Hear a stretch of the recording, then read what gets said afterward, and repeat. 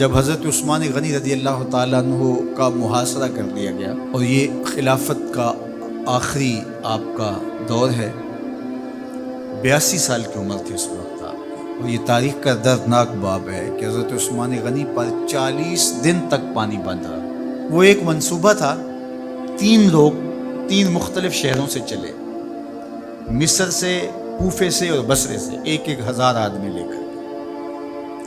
اور مدینہ المنورہ میں پہنچ کر کے حضرت علی المرتضیٰ سے ملے، ام المومنین سیدہ عائشہ سے ملے، کبار اصحاب سے ملے۔ تو جو انہوں نے کہا تو انہوں نے ان کو کہا کہ نہیں، ایسی کوئی بات نہیں، فرمائش کر کے واپس بھیج دیں۔ حضرت عثمان غنی رضی اللہ تعالیٰ عنہ پر اقربا پروری کا الزام عائد کیا تھا، تو انہوں نے کہا کہ کوئی ایسی بات نہیں ہے۔ پھر یہ تھا کہ آپ نے کم عمر گورنر، کم عمر لوگ مقرر کیے، تو حضرت عثمان نے کہا کہ حضرت اسامہ بھی تو کم عمر تھے، حضور نے ان کو اگر مقرر کیا ہے تو یہ تو مثال ہمارے سامنے موجود ہے، لیکن یہ ایک منصوبہ تھا، اس منصوبے کے تحت یہ 3 جگہوں سے لوگ آئے تھے۔ وہ 3 دن کی مسافت کے بعد پھر تینوں واپس آ گئے، تو یہ ایک سوالیہ نشان ہے کہ تینوں کیوں واپس آ گئے، کوئی ایک تو نہ آتا نا، تو یہ سب طے شدہ منصوبہ تھا۔ اور پھر انہوں نے مدینہ المنورہ کو گھیر لیا، اور جس طرح سے بلوائیوں نے حالات پیدا کر دیے، سید علی المرتضیٰ رضی اللہ تعالیٰ عنہ تو شہر مدینہ سے باہر تشریف لے گئے تھے، اور اپنے بیٹوں امام حسن اور امام حسین رضی اللہ تعالیٰ عنہ کو حضرت عثمان غنی کے دروازے پر مقرر کیا تھا کہ ان کو ضرر نہ پہنچنے دینا۔ اب 700 صحابہ اجازت طلب کر رہے ہیں کہ آپ ان بلوائیوں سے نپٹنے کا میں جو ہے وہ اجازت نامہ مرحمت کریں، اور بہت سارے لوگ تو حج پہ جا چکے ہیں، 18 ذی الحج کا واقعہ ہے جب آپ کی شہادت ہوتی ہے، تو وہ حج پہ جا چکے ہیں، تو جو یہاں موجود ہیں وہ اجازت طلب کر رہے ہیں، لیکن حضرت عثمان غنی رضی اللہ تعالیٰ عنہ نے کہا کہ نہیں، میں ایسی اجازت نہیں دوں گا۔ رسول اللہ صلی اللہ علیہ وسلم کا حرم شہر مدینہ لوگوں کے خون سے لالازار ہو، یہ میں اس کو گوارا نہیں کرتا۔ افواج موجود ہیں، اور دنیا کی تاریخ میں آپ کو ایسا نہیں ملے گا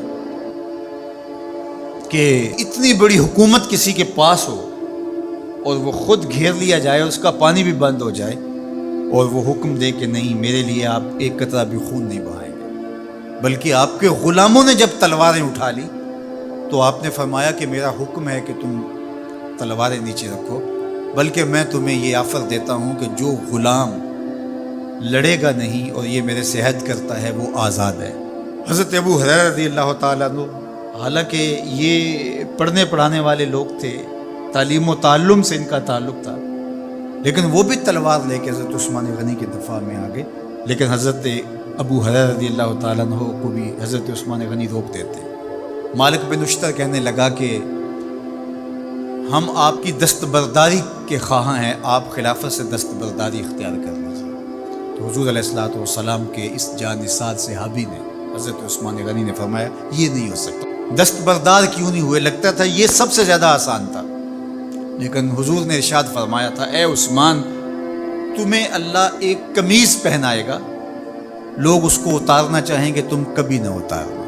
تو اس سے مراد خلافت کی قمیض ہے، اور ان کی شہادت کی خبر بھی اللہ کے محبوب علیہ السلام نے دی تھی، اور اگر آپ دستبردار ہو جاتے تو یہ ایک کھلونا بن جاتا، بازیچہ بن جاتی خلافت، چند آدمیوں کے پریشر سے خلافت سے دستبرداری کرنا پڑتی۔ اچھا، ایک یہ سوال بھی پیدا ہوتا ہے، چند باغی تھے،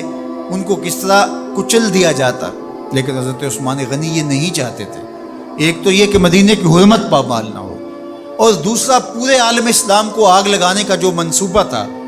3 مختلف شہروں سے 1,000 آدمی لایا گیا ایک منصوبے کے تحت، اور انہیں لاشیں چاہیے تھیں، اور جو ان کے پیچھے کام کر رہے تھے نادیدہ ہاتھ، ان کا منصوبہ یہ تھا کہ یہاں سے مختلف سمتوں میں، یہ تینوں شہر مختلف سمتوں میں تھے، تینوں سمتوں میں جب لاشیں جائیں گی تو پورے عالم اسلام کو ہم جو ہے وہ خانہ جنگی کی آگ میں دھکیل سکیں گے۔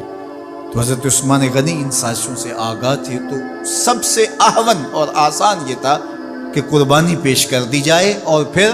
انہوں نے سن بھی رکھا تھا کہ 2 شہید ہیں، شہید تو انہوں نے بہرحال ہونا ہے، تو لہٰذا میں خلافت سے دستبردار بھی نہیں ہوں گا، اور شہر مدینہ کی حرمت بھی پامال نہیں ہونے دوں گا، اور تیسری بات یہ ہے کہ میں خود مظلوم شہید کر دیا جاؤں، تو آپ نے یہ گوارا کر لیا۔ تو 18 ذوالحج تھا، جمعہ کا ہی دن تھا، اور حضرت عثمان غنی رضی اللہ تعالیٰ عنہ روزے سے تھے،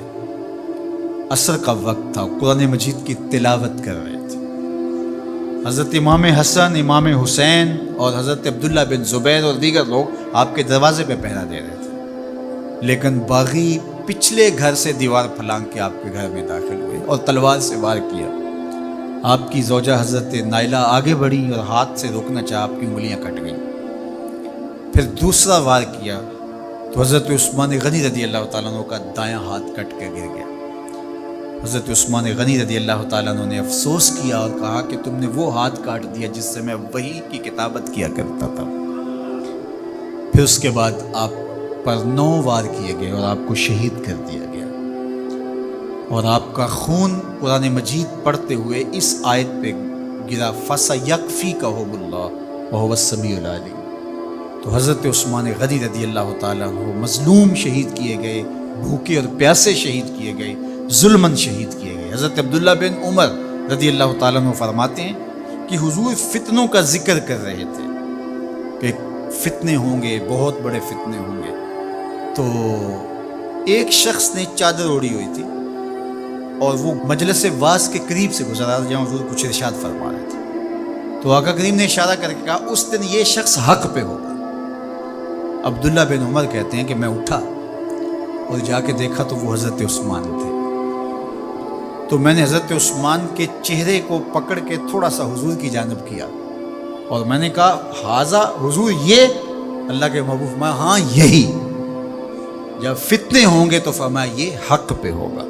تو حضرت عثمان غنی رضی اللہ تعالیٰ عنہ حق کی راہوں کے مسافر، جنہیں حضور کی زبان سے شہید کہا گیا، اور شہید کسی کا انجام ہوتا ہے، تو حضور نے فرمایا یہ شہید ہوگا۔ شہید وہی ہوتا ہے جو بحالت ایمان اس دنیا سے راہ خدا میں اپنی جان قربان کرے۔ فرمایا فَإِنَّمَا عَلَيْكَ نَبِيٌّ وَصِدِّيقٌ وَشَهِيدَانِ، اے پہاڑ رک جا، تو جانتا نہیں تیرے اوپر اللہ کا ایک نبی ہے، ایک صدیق ہے اور 2 شہید ہیں۔ تو حضرت عثمان غنی رضی اللہ تعالیٰ عنہ عظمتوں کے مینار، اللہ اکبر۔ تو یہ حضرت عثمان غنی رضی اللہ تعالیٰ عنہ کا یہ کارنامہ تھا کہ آپ نے اپنی جان پیش کر کے امت کو جو ہے وہ فتنوں سے محفوظ کر لیا اور امت کو بچا لیا۔ حضرت عثمان غنی رضی اللہ تعالیٰ عنہ پہ کروڑوں رحمتیں، کروڑوں سلام۔ ہم آپ کی عظمت کو سلام پیش کرتے ہیں، عقیدتوں کا خراج پیش کرتے ہیں۔ حضور کی خدمت میں ایک جنازہ لایا گیا اور حضور سے عرض کی گئی حضور اس شخص کا جنازہ پڑھا دیجئے، تو حضور نے انکار کر دیا، کہا میں جنازہ نہیں پڑھاؤں گا۔ تو صحابہ نے عرض کیا یا رسول اللہ، کبھی ماضی میں ایسا نہیں ہوا، جب بھی کوئی جنازہ لایا جاتا ہے تو آپ جنازہ پڑھا دیتے ہیں اور آپ نے آج انکار کر دیا۔ تو فرمایا یہ شخص میرے عثمان سے بغض رکھتا تھا اور اس کو اللہ نے بھی اپنی رحمتوں سے محروم کر دیا ہے۔ حضور نے اس شخص کا جنازہ نہیں پڑھایا جو مبغض عثمان غنی رضی اللہ تعالی عنہ۔ تو اب آپ اندازہ کیجئے وہ کتنا بدبخت شخص ہے جو حضرت عثمان سے بغض اور دشمنی رکھتا ہے۔ حضرت عثمان غنی رضی اللہ تعالی عنہ سے اللہ کے محبوب علیہ السلام نے کتنی خوبصورت ارشاد فرمائی، میں اس سے حیا کیوں نہ کروں جس سے اللہ کے فرشتے بھی حیا کرتے ہیں۔ یعنی عثمان غنی وہ ہیں جس سے اللہ کے فرشتے بھی حیا کرتے ہیں، اور جو عثمان غنی کا حیا نہیں کرتا اس سے بڑا بے حیا کون ہو سکتا ہے۔ حاکم نے مستدرک کے اندر روایت ذکر کی ہے کہ بہت سارے صحابہ حضور کی بہت ساری خوبیوں کے مظہر تھے، اور سب سے زیادہ حضور کے خلق کے مشابہ حضرت عثمان غنی رضی اللہ تعالیٰ، اور خلق میں سب سے اونچا درجہ حیا کا ہوتا ہے۔ تو حضرت عثمان غنی رضی اللہ تعالیٰ عنہ حیا کے اس مقام پہ فائز المرام تھے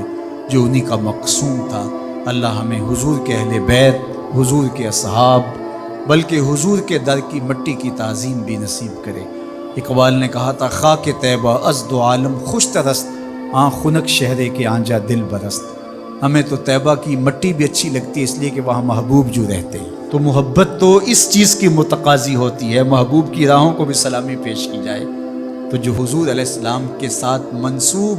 اتنی وقی نسبتیں ہیں ان کا احترام کیوں نہیں کریں گے؟ تو حضرت عثمان غنی تو داماد رسول ہیں، حضرت عثمان غنی تو ذو النورین ہیں، حضرت عثمان غنی تو حضور علیہ الصلوۃ والسلام کے محبوب اور حضور علیہ الصلوۃ والسلام کے پیارے ہیں، ان کو جنت کی بشارت دی گئی ہے، عشرہ مبشرہ میں سے ہیں، 4 جلیل القدر خلفاء میں ان کا نام شامل ہے، اور پھر حضور کی 2 صاحبزادیاں ان کے نکاح میں آقا کریم نے ان کو شہید خود قرار دیا، اور میرے اور آپ کے آقا و مولا نے کہا آج کے بعد کوئی عمل عثمان کو نقصان نہیں دے گا، اور کہا عثمان سے میں حیا کیوں نہ کروں، اس سے اللہ کے فرشتے بھی حیا کر